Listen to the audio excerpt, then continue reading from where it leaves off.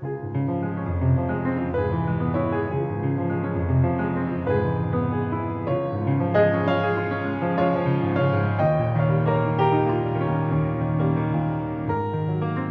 another one of the CARB Hall of Fame interviews, and today we have Bill Hill, a Kansas Citian.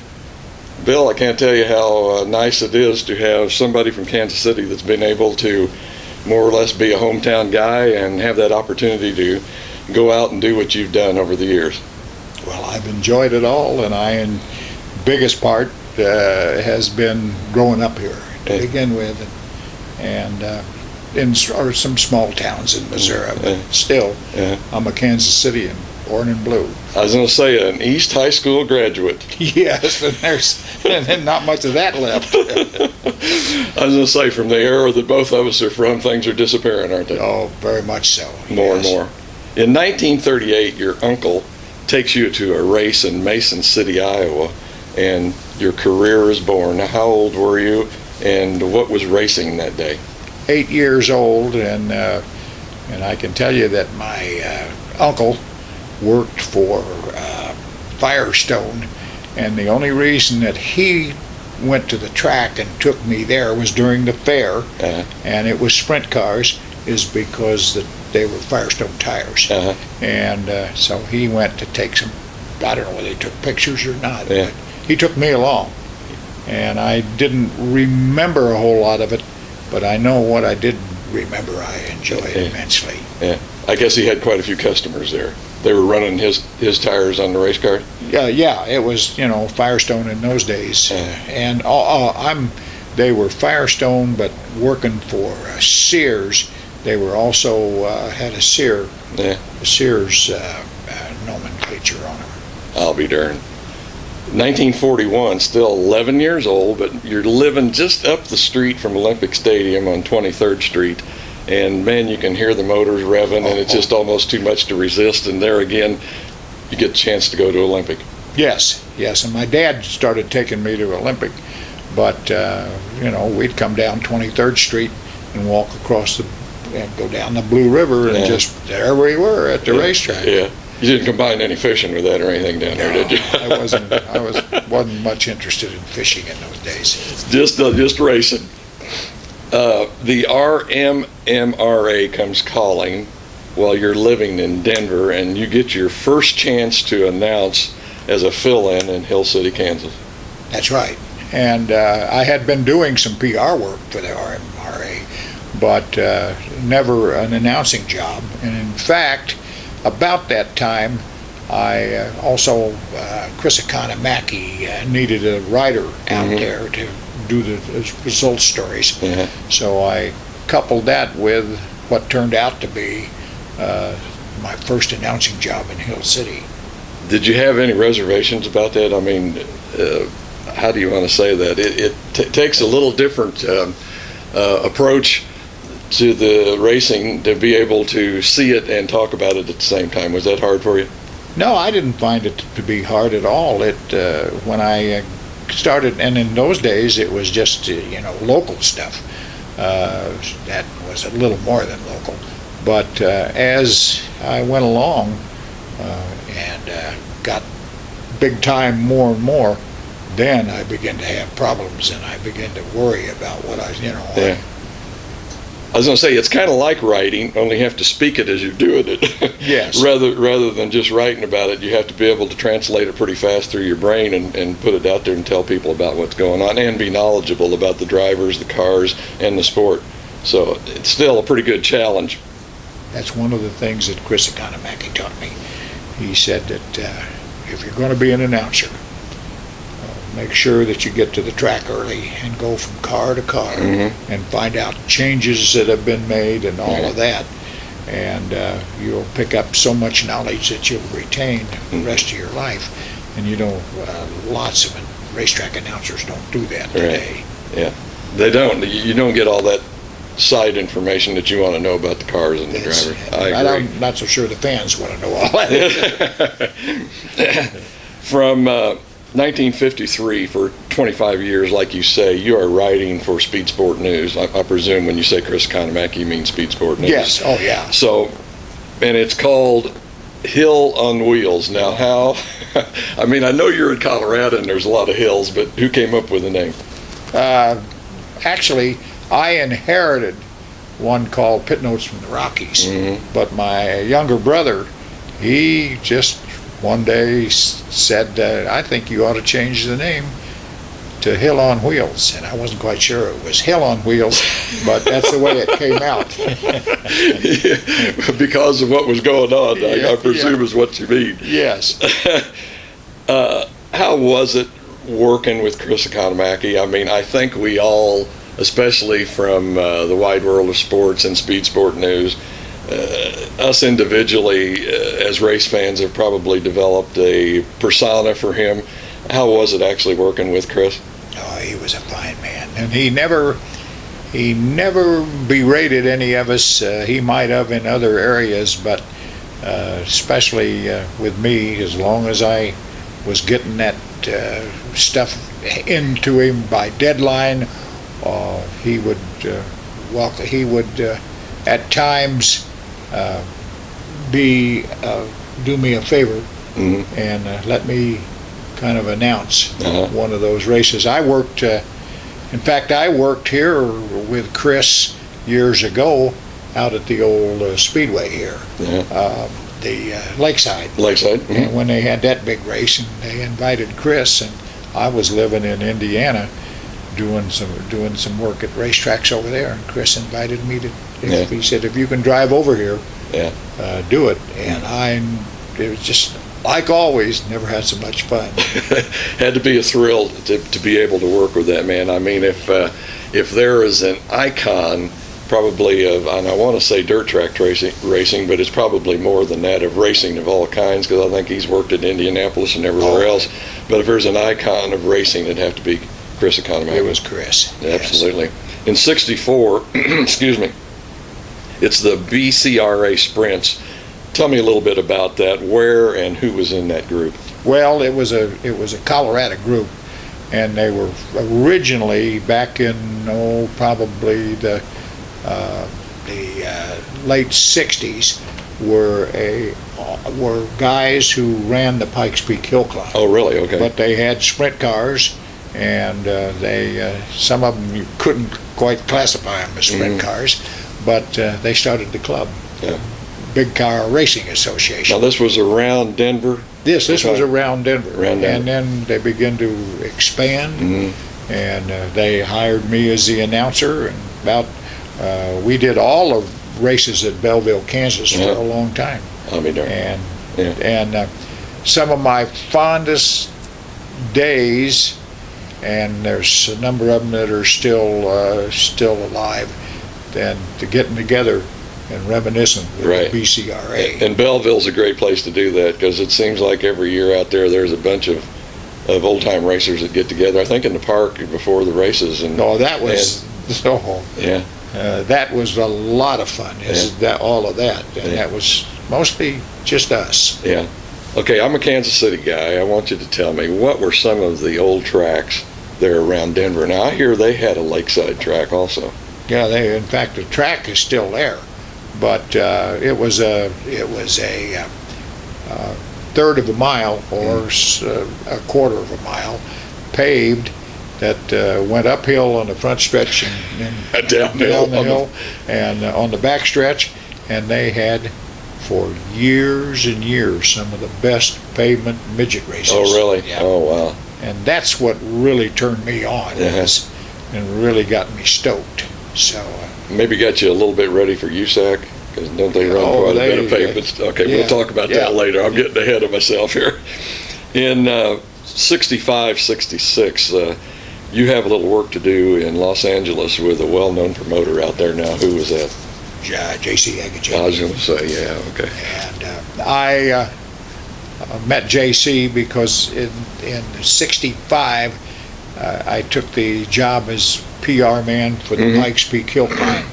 And Aggie was out there doing the PR for that one particular race. And his PR man in Los Angeles had died, and he needed somebody to fill in real quick, and he says, I think that you can do it. Yeah. So I did that for a little of 65 and most of 66. Yeah. And I commuted between Denver and Los Angeles. Yeah.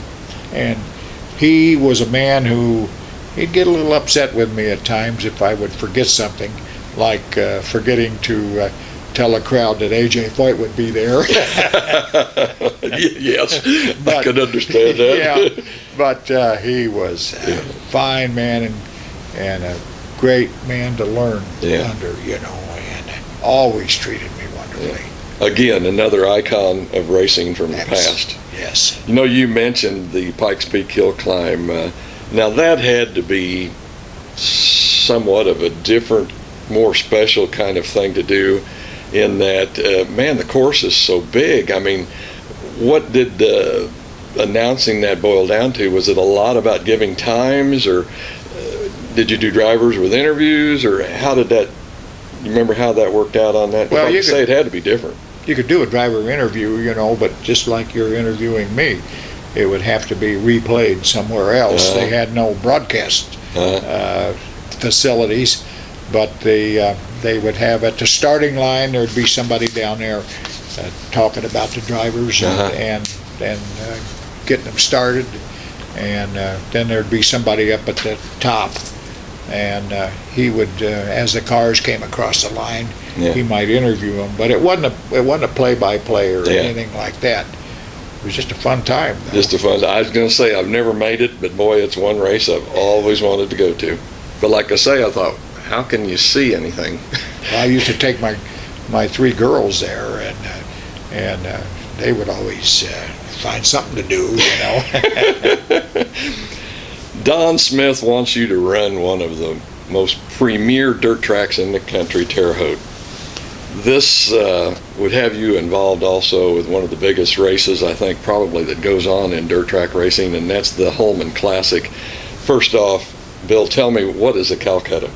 Calcutta is where you sell the race drivers, and you have a get together and get all the drivers that have entered or qualified for the race, and then have an auctioneer and just sell them. Yeah. And they divided it up. I think the 33 1/3% went to the went back into the driver's purse, which was very ample then even, and then would go to the winner of the guy who bought the driver. Oh, really? Oh, yeah. wow. And it was against the law.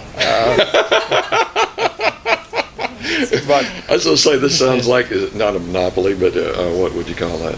I can't, but go ahead. Yeah, that's but it was not. It wasn't in those days. But the golf people, the real pro golfers, started it all. Oh yeah. And with these Calcuttas, and since Don Smith and Tony Holman, the owner of the Motor Speedway. It was the Holman Classic, but he was our biggest backer, and he had a lot of ideas about what to do and how to handle it on his part. And the crowd was huge, and the purse, when you suddenly stick another 60,000 into a purse or something, heads pop up. Yeah. Are there any of those that stand out in your mind? I forget how many years you were there, but 8. Were there any in particular that stand out with any significant drivers, like some of them from the 500 or anything? Oh, most of them. So many of them were from the 500, because this was before the drivers were either told that they couldn't race, but more than that, this was the big move. This was the big category, catalyst for these drivers, and was going in sprints from there to the 500. And I don't know, there were several, Pancho Carter, and just right now it's kind of hard for me to remember. So I understand. But, there were, and I mentioned Pancho and Gary Bettenhausen because they were my two favorites. But Don Smith had me do other things too. He would pay the winning driver from the previous year $1,000 and have him at his beck and call to do PR work over a 2 or 2.5 week period, and I'm the man that took him around. You did, well, that was a lot of fun. Yeah. And I think probably the biggest thrill I had was when little Joe Saldana won it that year in a real farce of a race. And because it got rained out and got restarted and all kinds of mix-up, but little Joe won it. And he was always one of my big favorites. During this period, you also had the opportunity to, again, work with one of the premier sporting people in the sport, and that would be the wide world of sports. Well, and they put on the Holman Classic there one year, and how did that go? Was that kind of an interesting thing to work with those crews? Well, it wasn't just 1 year. They worked a number of years. It was for that race. And there's been some misconception. I did not ever really do play-by-play or anything like that. No commentating. But I was called on with my knowledge of what was going on around there to be at their beck and call when they needed it. And they were all really nice to us. But that's that way I worked with them. I was say it's still a prestigious thing to be able to say you worked with the wide world of sports. I can't imagine, having that on my resume. Right. Okay, you guys also put on Twin 50s under the lights, and you were telling me about a particular race A.J. Foyt drove in. What track was this at? And it's on the Mile Fairgrounds dirt at the Indianapolis. Indiana. Well, the Indiana State Fairgrounds. Yeah, the Indiana State Fairgrounds, and it was another one of Don Smith's brainchilds, and it was also Tony Holman and the right people were there. And I don't think that it was ever televised because Wide World of Sports, when it was just 2 days before the 500, and they were busy there, but well, a night race too. I don't know if they had television was that good at night back then. That's true, and I to tell you, I didn't really think much about television, but it was a great race, and A.J. Foyt won it sitting on after he had been qualified number 1 for the pole at the Speedway, and Don Smith paid him, I don't know, $5,000 or something, and to come race, and everybody thought, well, he'll just kind of coast around and make a showing. And he won both of those 50s in 2 of the greatest races, and he beat the first one he beat Pancho Carter, and the second one he beat the local driver, the one that that built the tires and all of that. One of the hot shoes from around Indy there. No, he beat right here in Kansas City. Weld. Yeah, Greg Weld. Greg Weld. And both races were wheel to wheel. Yeah. Boy, that sounds like fun. I mean, how much better could you get it than that? Don't know. That's amazing that a guy that already had that position locked in for the 500 to come up there and sacrifice everything, kind of remnants of Tony Stewart nowadays. Yeah. It's, and that's exactly it. Yeah. And one of the other things is that Don Smith called me from the hotel and said he had Foyt with him, and that Foyt had agreed to race, and would I make sure that I got down to the newspapers and let them know. This was at 9 o'clock at night, so I went down there at both the Star and the News, and they ran really good articles for me on the next morning, and all day long the traffic and the line running around that place, oh, really? waiting, and we're there to buy tickets, advance tickets. That's a good PR guy there, by the way, Bill. Yeah, right. Way to go, man. Yeah, right. You did the job. Yeah, There's a well, couple of more stops as far as promoting goes, and these are just small, just a year or two at each one. You got, I think, a year at Devil's Bowl and or two at Tulsa, Las Vegas, and pretty much after that, your promoting days are over. yes, but the one thing that I can put in there is that I was not a promoter at Vegas, but that was my last stop. But after I retired from the racing end of it, or I didn't really retire after I gave it up, I went to work for K&K Insurance. Right. And I worked for them for 11 or 12 years or something. And that was traveling all over the 13 western states and 3 Canadian provinces, just making sure that the racetracks were safe and all of that. And that's what led me to, when I retired from that led me to Las Vegas, because they needed not a PR man, but they needed somebody that knew the racing insurance business. And so I spent the 4 years there. That had to be an interesting job. I think, if I recall right, 3,200 tracks that you've been to over the years. 3,200. Yeah, I didn't even know that many existed, but that's a large amount. I guess you almost had to be on the road most of the time. Where were you living at this time, and how often did you get home? Well, I lived in Indiana in those years that I worked for Don Smith, and I was traveling all the time. I had a mobile home, but I was gone most of the time. And I'd get home and do a wash and head out again. But with the other track, the K&K Insurance track, the 11 years or something, I traveled about 5-6 months out of the year. Oh my gosh, yeah, racing season. Yeah, during the key and racing season.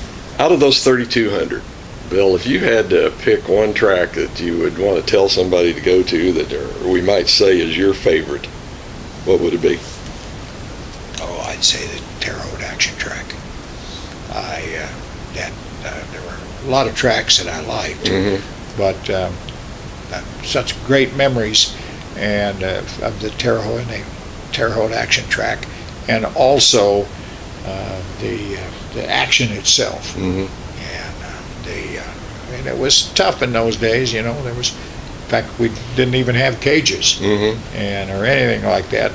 But the safety record was pretty good. Guys would get upside down, but that roll bar really helped. And a funny thing, and I just thought of this, there were guys that would get upside down and get on top of that guardrail and put big dents in it.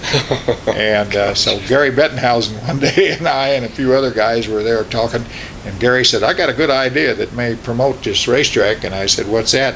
And he says, find out who put the dents there and put their names, paint their names on the guardrail. Oh, shoot. And I mentioned it to Don Smith, and boy, he put it aside quickly. He didn't like that. No, I don't want to talk about the wrecks. We'll talk about the racing. Now, you talked about dirt. I just thought of this. Did you have a favorite asphalt track?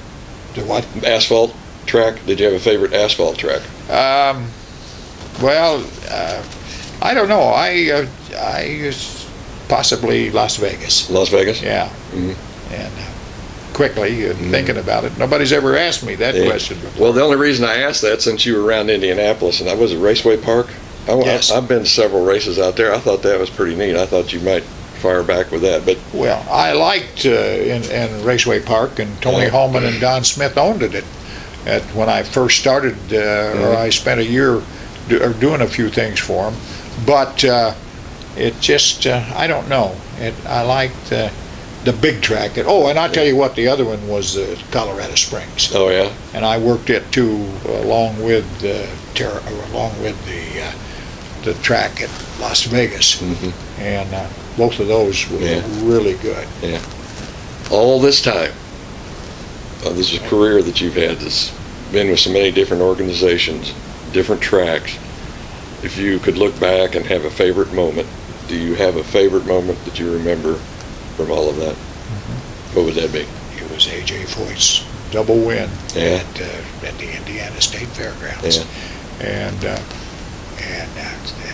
you know, the crowd was a huge crowd, and they were going wild, and he won both of those races. And then when it was all over, he took his rewards up in the victory circle and all of that. And I don't know whether you remember, I think it was June Cochran, the gal that was the well, she was a big trophy queen. Yeah.